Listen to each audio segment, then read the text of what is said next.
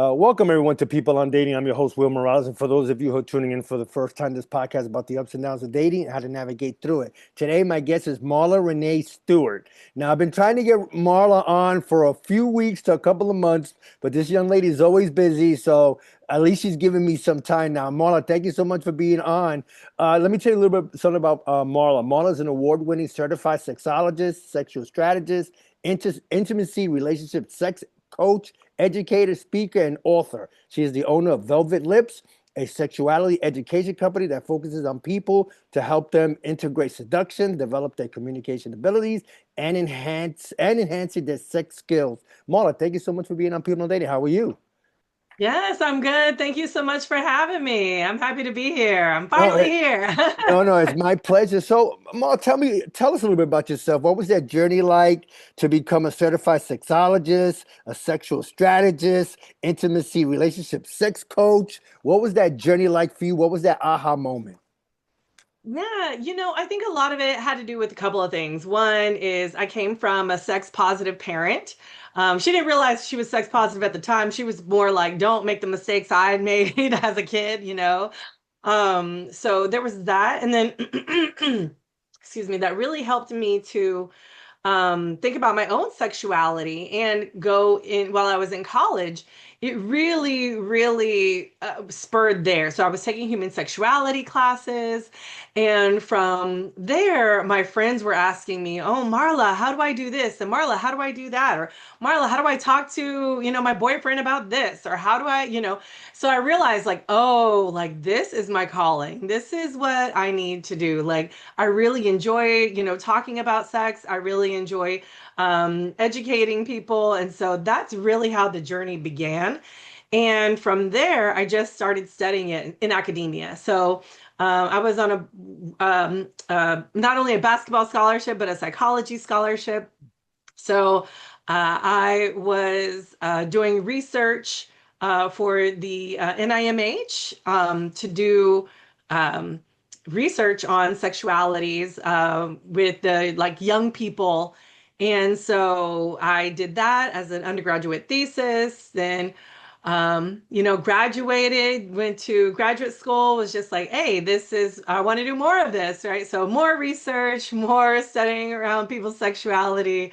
And of course, my own experiential experiences, right, of understanding those, and that's really how the seduction learning styles really came into play. But for the most part, my journey has been mostly academic, and then mostly in some experiential, but mostly really helping people around their sex lives. So helping couples to reconnect, helping couples to understand their sexuality a little bit more, helping individuals date, to connect, to find, to how to understand their communication style. So all of those things have really built up over the past 20 years that I've been doing this work. Yeah, and today's a good title, right? Seduction learning style. So, that's why I wanted to have you on because, when I talk to certain people, I'm an older gentleman, I'm in my 60s, so, but when I talk to someone in their 20s, they have a different feel for what they want sexually, especially if it's a woman, they're looking for foreplay to last much longer than the 10 minutes, whatever, they say they know their body, so they want to feel a certain way. They want to get, heated up. So, what is seduction learning styles? If you could explain it briefly to all of us. Yeah, absolutely. So seduction learning styles are a way of understanding. So we know learning styles, right, in general, right? We have auditory, tactile, and visual, Mm. right? So we have these particular learning styles that each individual, when you think about sort of educational theory, we think about like, hey, this is how I learn. Maybe I learn by doing things. I'm a hands-on person. Or maybe I learn better by seeing things. Or maybe I learn better by hearing things, listening to things, right? Like maybe some of our podcasters, right? Podcast listeners. So when you understand things, you understand how you learn. It's a really great way to not only take in information, but it's also a really great way to connect. So when we think about, as I was reading The Art of Seduction by Robert Greene, I was like, ah, it hit me like a light bulb. It was just sort of like, wait a minute. If we combine these things of the learning styles and we think about the art of seduction and we put those together, hey, these fit perfectly. And so essentially, what it is, it's a tool to help you connect with other people. Now, can this be used for, you could use this, as far as connecting with family members or children, or there's certain aspects of it that can connect. But when I'm talking specifically around the seduction learning styles, I'm really talking about lovers, right? Yeah. When you are dating someone or want to date someone, or you want to approach someone, what's the best way to approach them and connect with them right away? Because guess what? You got 3 seconds to get their attention, or it's not a connection, right? Um, So in so first there's some. impressions make, it's a big deal, the first impressions. Oh, absolutely. First impression is absolutely a big deal, right? Because we do make a judgment off that first impression. We do know, like, hey, would I sleep with this person or not? Maybe sometimes based on that first impression. Not to say people can't learn and grow on one another, but that first impression is pretty, is pretty, the first impression, right? It's pretty important. Yeah. And so when it comes to seduction learning styles, it's really great when you think about, like, okay, am I a visual person? Am I a tactile person? Am I auditory? So if you are a visual person, that means you get seduced visually, meaning you make lots of eye contact with people, or somebody makes eye contact with you. So if, say, William, you're visual, I'll want to make eye contact with you, Yeah. right? Because that is how we're connecting. There's also with visual people is they need to have things visually pleasing, right? Which means you need to clean up the clutter, tidy up your spot, because guess what? If your spot is messy or dirty, there's things everywhere, they're going to be looking at everything instead of at you. Right. And you want to draw them in, right? So super, super important that you have everything in its place, right? Yeah. In addition, with visual people, my visual people tend to be like daydreamers. Okay. So these I are am. people, you are. So these are people who, they need to see the story in their head, right? I'm also visual, so I totally understand. So Yeah, it's like yeah. you need to see the story in their head. So basically, what that means is if you're telling a story, there needs to be a beginning, a middle, and the end for there to be some connection, right? There's also dressing impeccably, right? You want to be well dressed. And this could mean a bunch of different things. Usually with visual people, you can tell people are visual by accessories, right? Jewelry, funky hair, funky hats, or funky glasses Yeah. typically are pretty good indicators of somebody who is visual, because they see themselves in the mirror. They're like, hey, well, how do I want to look and present myself visually? And so that's a really great way to connect with someone who is visual. Um, and then there's also being the opposite of the room, right? So that means if the room is very busy, that means you are staying still or moving slowly, right? Because what it is, you want to get that visual person's attention. You want to be the opposite of what's happening in the room. And that's essentially how to get that attention. Of course, now that you have the attention, good eye contact, right? Right.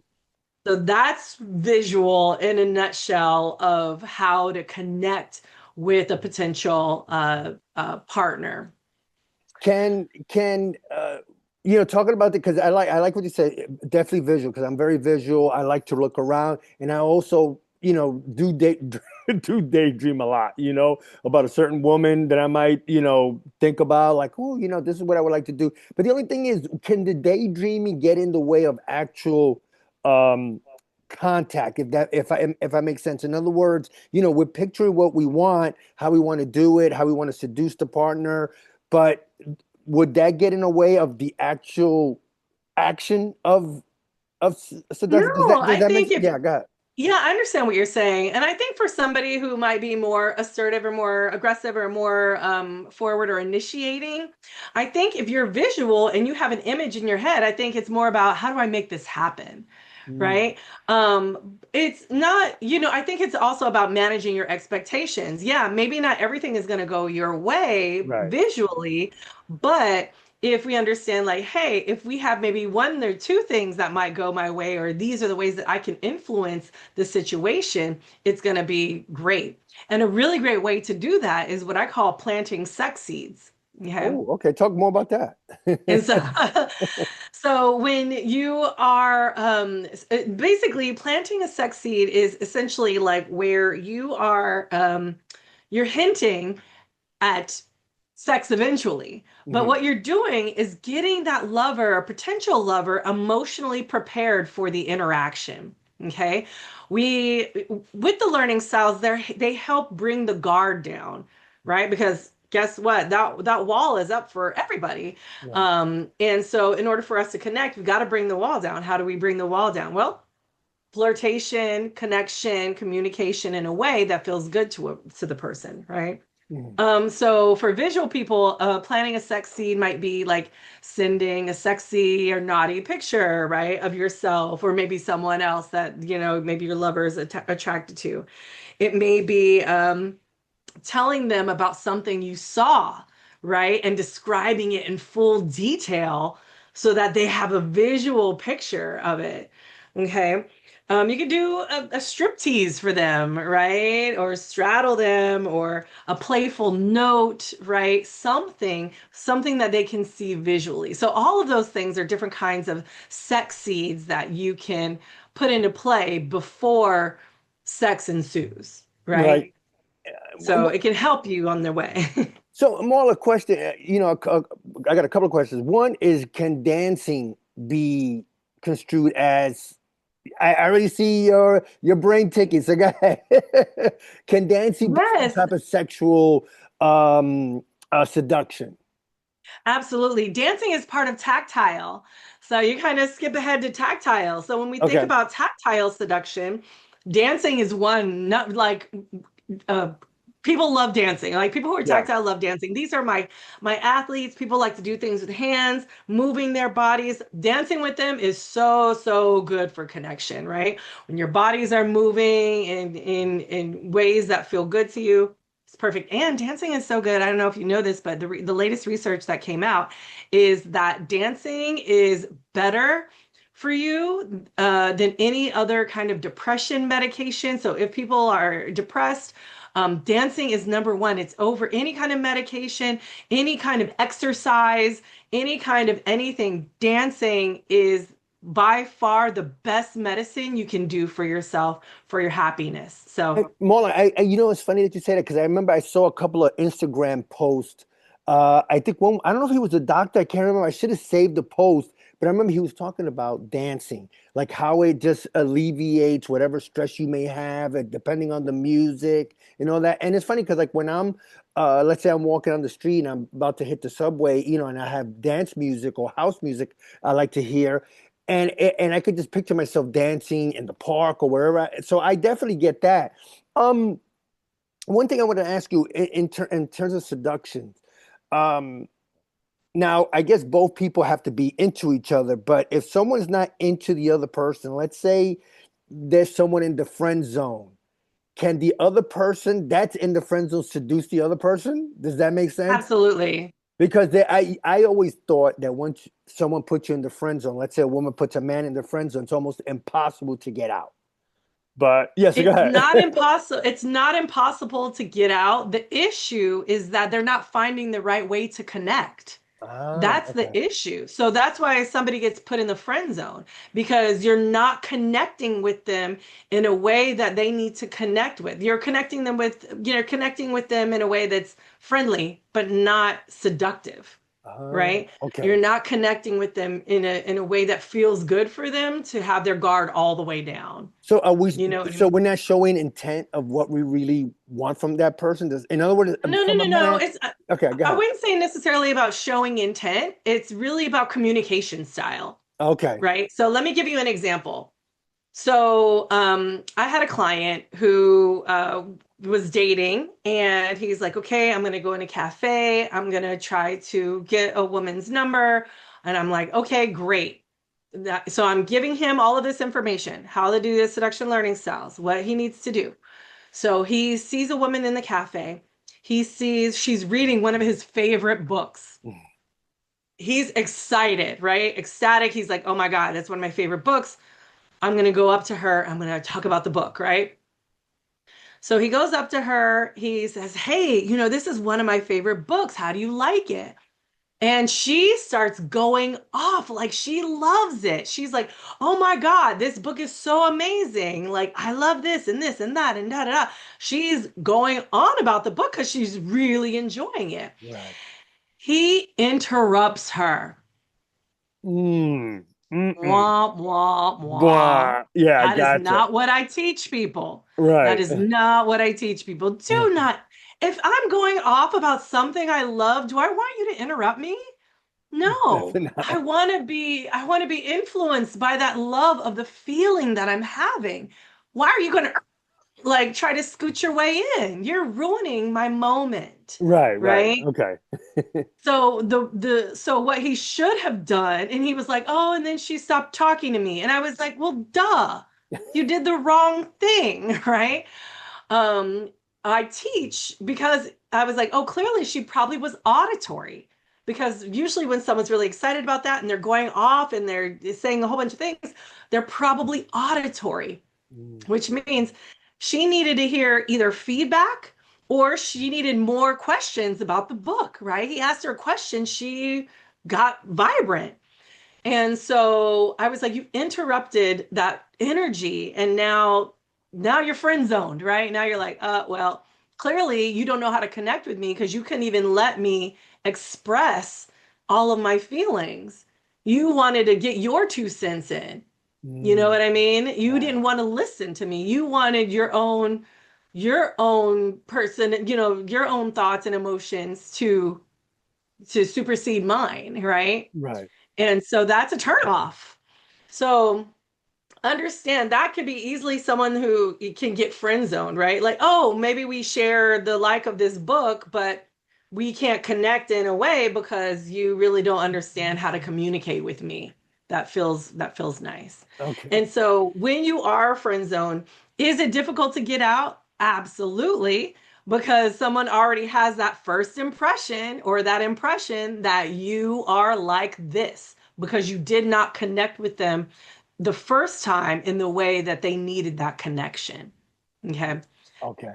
I So, yeah, go ahead, Marla, please, please, please. Because you know oh what? yeah, 'Cause no, so yeah, go okay, ahead. go I'm sorry. ahead. No, no, no, no, no. Because you're on a roll, and because this has always been a topic of discussion between my guy friends is that once you put in there, it seems like it's almost impossible to get out because you, like you said, they saw you this like an interrupter. I'm just throwing that out, right? Yeah. You're selling a story, and then all of a sudden, oh well, but, and like I said, wah wah wah. I love that. So go ahead, continue. Yeah, please. Yeah, no. So I'm thinking like, okay, she was auditory. So you needed to help with the auditory seduction piece. Mhm. So that means giving them feedback. That means, oh, he heard something about what she's saying, some active listening. You heard something. Um, now I'm gonna not gonna give you, but I'm going to give you some feedback about what you said. Right. Now they're like, oh, you were listening to me and you have some feedback. Now I feel like my wall's going to come down a little bit more because you're actually listening to what I said. And now I'm going to give you more, right? Um, there's also, asking, like I said, asking them questions, right? To get them to talk. Auditory people love to talk. Right. Okay. So it's getting them to talk. That's the thing that's going to make them the connection there. They love to hear the sound of their own voice.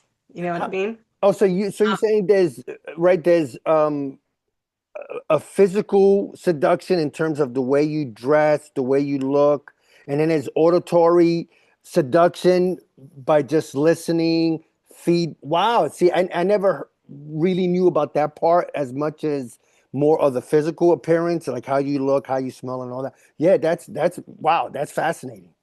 Yeah, absolutely. And so even thinking about auditory, people who have like broader vocabularies, right? Expanding your vocabulary, getting a vocabulary word or multi-syllable word that really entices them. Auditory people love that, right? They love the language, right? Also, low, soft, deep tones really entice auditory people. So if I were to speak like this, That's hot. auditory people, yeah. You're taking your time with your words, right? So Yeah, auditory people are like, ooh, I'm drawn in even more. right. Um, Music, right? Playing their favorite music is a great way for auditory seduction. And really just like highlighting your moans, your breathy tones, all those things are really great for seduction. Mhm. Um, and so, a sex seed might be like doing a audio clip, like sending an audio clip to a lover, a potential lover, whispering something in their ear, something naughty, dirty talk, is really great way for auditory seduction, right? Tell them the thoughts that you have about them. Right. Um, and then there's also a tactile seduction, like I said earlier. So dancing with them Yeah. is part of that. Using different points of pressure with your hands, parts of your body.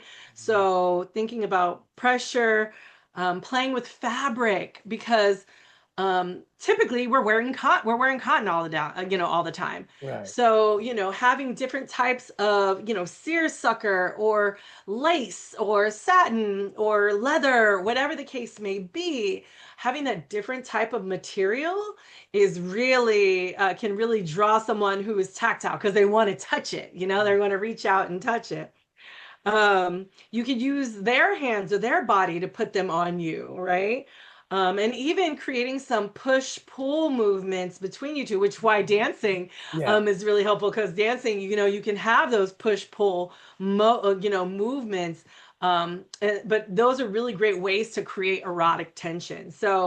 Um, so yeah, so those are the different ways, sort of visual, auditory, tactile. They each have their own ways, and we're a little bit of each, but usually there's one that's primary, or maybe one or two that are more primary Right.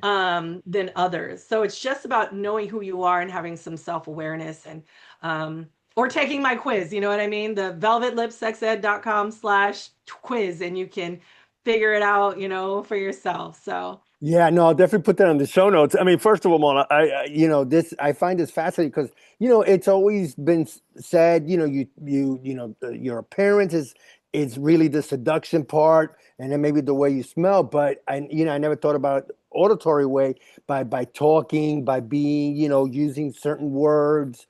Touch. I kind of knew, if for a man, if you touch a woman like lower back or you touch her arms or elbows. I kind of knew that, but to me, the more fascinating I found was the auditory part of it because I think a lot of guys don't use that part to try to, let's say, get a woman's attention. If I made sense at all. yeah, yeah, yeah. I think so. A lot of they don't, and I think there's more to seduction than just those one or two things. Yeah. So you have Yeah. to think about what are the ways that I can connect with this person. So like I said, with that client, I was just like, you messed up when you interrupted, right? Because clearly she was auditory. She wanted to talk. So Right. your job is to keep her talking. The more you keep her talking, the more connected she is going to feel to you. You know what Right. I mean? Yeah. You know? And that's the thing. I think guys, and I've done this before, woman's talking, then we interrupt because we're getting excited that she's talking to us. And then, like you said, hey, we blew it. So, first of all, I could probably talk to you for another hour. This is so fascinating. Before I let you go, anything else you want to talk about? Anything else you want to promote? Absolutely. You can find more details in our book. Jess and I wrote a book together called The Ultimate Guide to Seduction and Ah, Foreplay. okay. And techniques and strategies for mind-blowing sex, and a lot of those seduction learning styles are there. People can go to my website and take the class for free. So if you want to learn more about the seduction learning styles, learn about planting sex seeds, and how to um,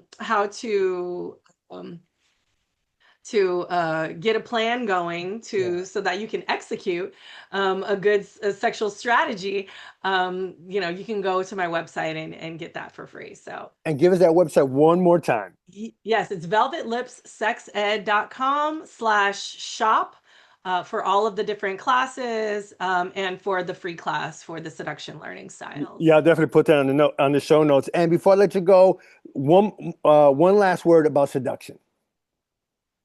Well, seduction is a process where you need to take your time and pay attention. And so seduction is it's very goal oriented. And ultimately, what we want to do is we want to connect. We don't want to take advantage of someone. We really want to genuinely connect. So when we understand our own sexual assets and we use those in a way that's positive, that means our connection is going to be positive and going to be it's going to be a really phenomenal feeling and energy that comes from that. No, I appreciate it. Well, first of all, again, Marla, thank you so much for being on People on Dating. I really, really appreciate it. Yeah, thank you.